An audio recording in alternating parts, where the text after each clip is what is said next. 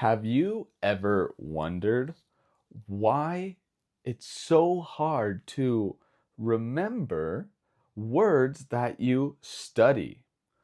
When you are learning English and you study a word, it doesn't really work when you need to remember the word, especially when you are speaking to an English speaker.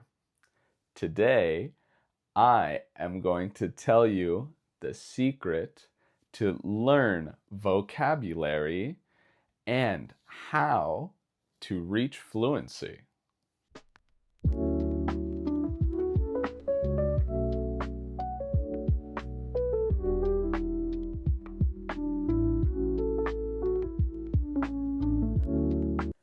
Hello, everyone. Welcome back to English on Autopilot. Have you ever had this experience where you are in a class with a teacher and you are learning English? You are in class and the teacher is teaching new vocabulary words.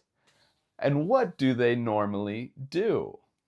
Normally, they write a list of words on the board, on the whiteboard. And then they write the definition in your native language. Later, when you are at home and you are studying, maybe you make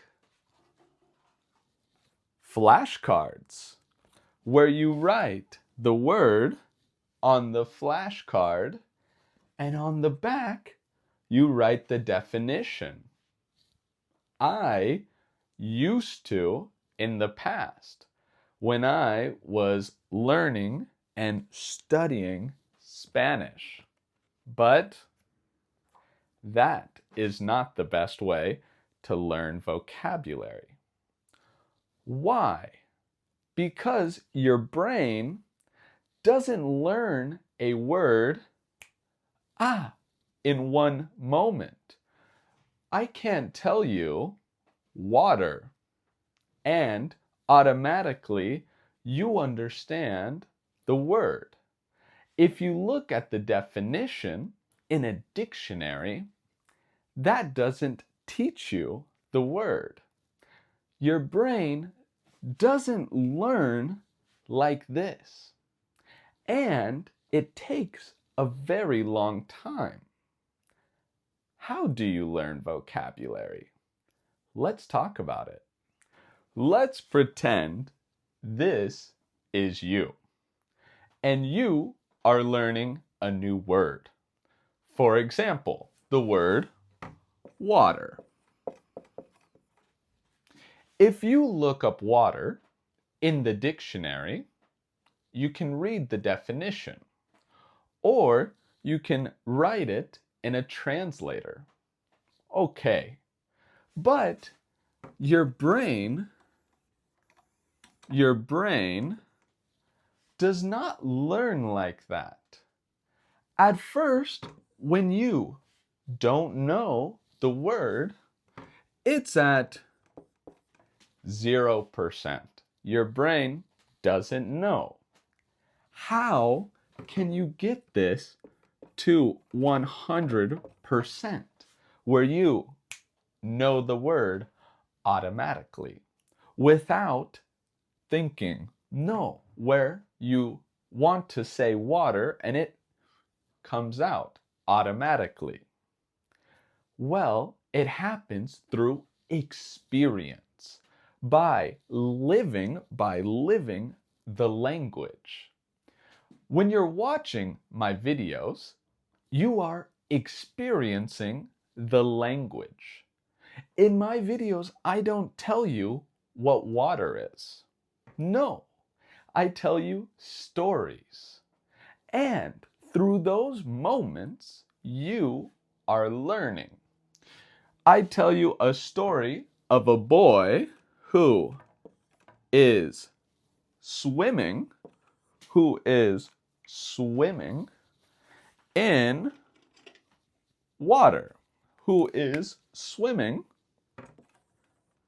in the water. And maybe I talk about someone like me who is thirsty. Oh, who is so thirsty. And I tell you that I need to pour a glass of water, or that I have a bottle of water and I drink water, or maybe that I spill the water. All of these moments help you learn the word water 1% at a time. Little by little, your brain is understanding what is water and all the ways we use the word, the different ways we interact with water. And little by little, your understanding of the word water is growing and growing. And when you see a bottle of water, you remember, in one story, Dagon was very thirsty and he needed water. Or I remember the story of the boy swimming in water. All those connections make it so you can speak the language without thinking. Your brain is absorbing the language. And this is how you learned your first language. All of these moments connect in your brain. That's why you don't think of the definition of water in the dictionary when you speak in your native language. You think of the image of water and it comes out. It's natural. The 1% rule is that your brain learns little by little as you watch and listen and read in English. This is very important because the traditional method does not teach you like this, and why you are not able to speak English fluently. Why you pause. I need a glass of water. No, with this method, I need a glass of water. I'm thirsty. You have these connections. Also, this is very important because when you study a word, you need to be careful. Some words have many definitions in English. For example, the word run. The word run, to run, has many definitions. Not just run, not just Timmy was running through the park. No. A car can run. A machine can run. A car can run, and a machine like a motor can run.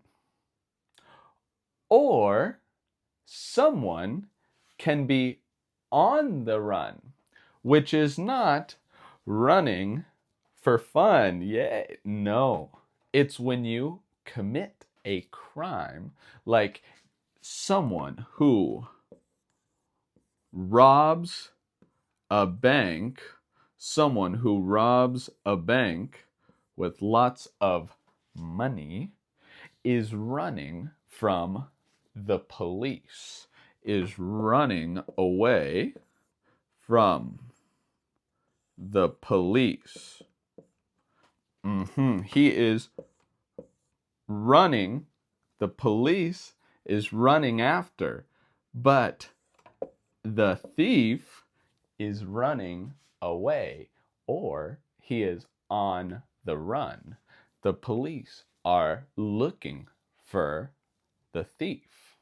Or if you are gambling at the casino, if you are gambling and you continue to win money again and again, you can be on a run of good luck. You can be on a run.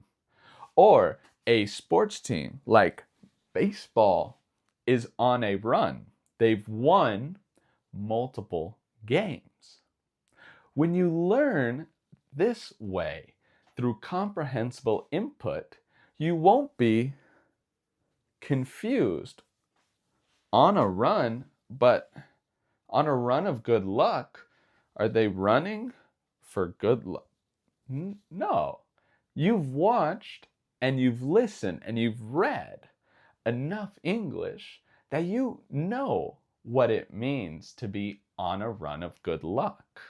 And this is the secret to becoming fluent when you speak in English and understanding English without translating, without thinking of what it means, of what they are saying. You understand the meaning. When you don't understand a word, don't worry.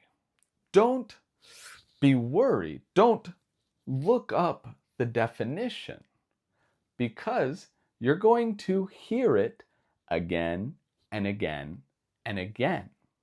And 1% at a time, little by little, you're going to learn the word.